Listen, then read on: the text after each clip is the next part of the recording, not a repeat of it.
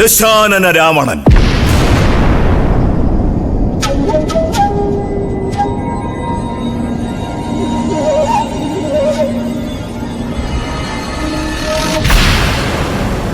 വിഖ്യാതനായ പുരസ്ത്യ മഹർഷിയുടെയും രാക്ഷസകുലത്തിൽ പിറന്ന കൈകസിയുടെയും പുത്രന്മാരായി രാവണനും കുംഭകർണനും ഭാഗവതപ്രിയനായ വിഭീഷണനും പുത്രിയായി ശൂർപ്പണഖയും ജന്മം കൊണ്ടു.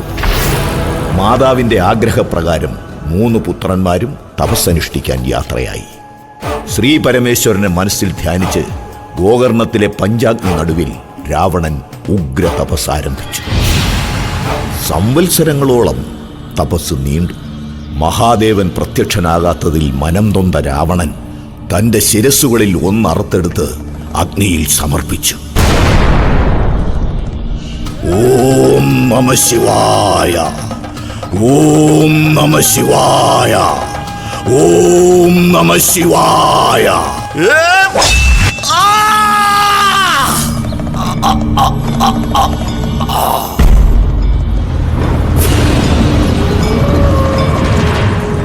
പിന്നെയും ദശാബ്ദങ്ങൾ പലത് കഴിഞ്ഞെങ്കിലും പരമശിവൻ പ്രത്യക്ഷനായില്ല. കോപിഷ്ഠനായ രാവണൻ തന്റെ 2ാമത്തെ തലയും വെട്ടിയെടുത്ത് അഗ്നിനാളങ്ങൾക്ക് ഭക്ഷിക്കാൻ കൊടുത്തു. ഓം നമഃ ശിവായ, ഓം നമഃ ശിവായ, ഓം നമഃ ശിവായ.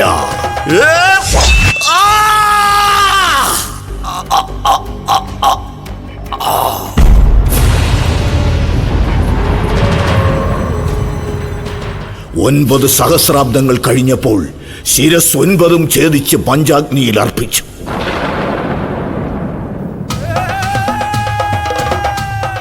ഓം നമഃ ശിവായ, ഓം നമഃ ശിവായ, ഓം നമഃ ശിവായ.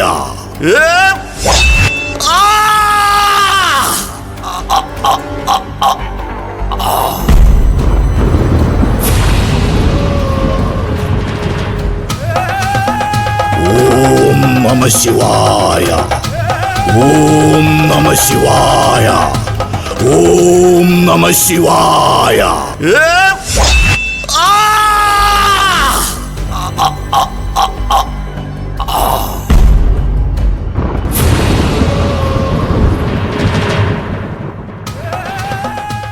ഓം നമഃ ശിവായ, ഓം നമഃ ശിവായ, ഓം നമഃ ശിവായ.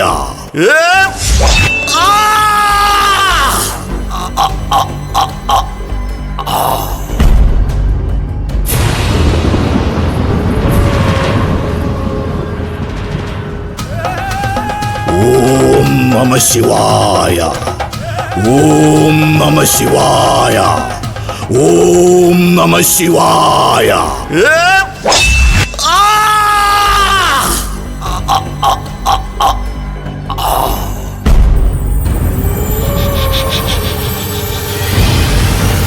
അപ്പോഴും പരമേശ്വര ദർശനം ലഭിക്കാത്തതിനാൽ തന്റെ 10ാമത്തെ ശിരസ്സും മറത്തുമാറ്റാൻ വാളുയർത്തിയ രാവണന്റെ മുന്നിൽ പരമശിവൻ പ്രത്യക്ഷനായി.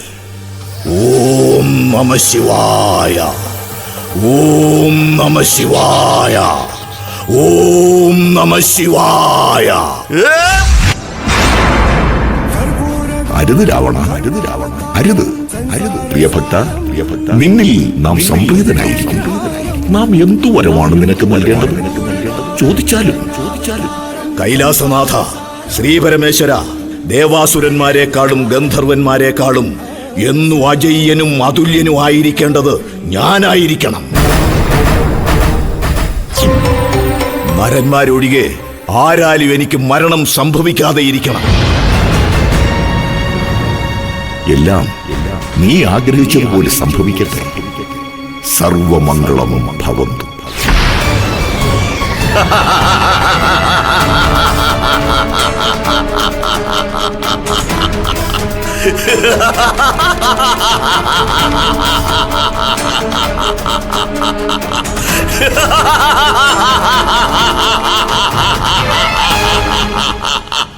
എന്നെ ആരാലും വധിക്കാൻ കഴിയില്ല.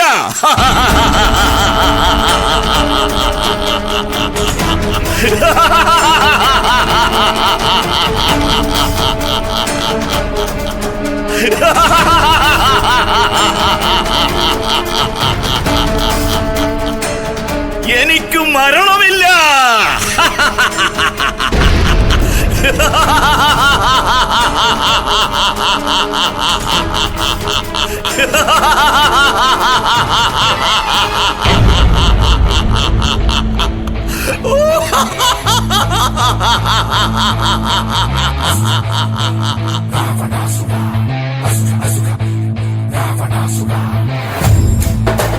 విశ్వ విశ్వనాయక రాజ్య రాజ్య పాలక వేల వేల కోట్ల అగ్ని పర్వతాల కలయిక శక్తి శక్తి సూచిక యుక్తి యుక్తి పాచిక సహస్ర సూర్య సాగరాలు ఒక్కటైన కదలిక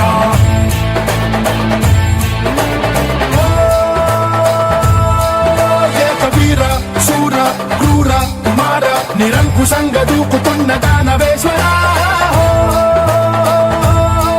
రక్తధార చోర ఘోర అఘోర కర్కసంగ రేగుతుండ కాల కింకర రావణ జయ జయ శత్రు శాసన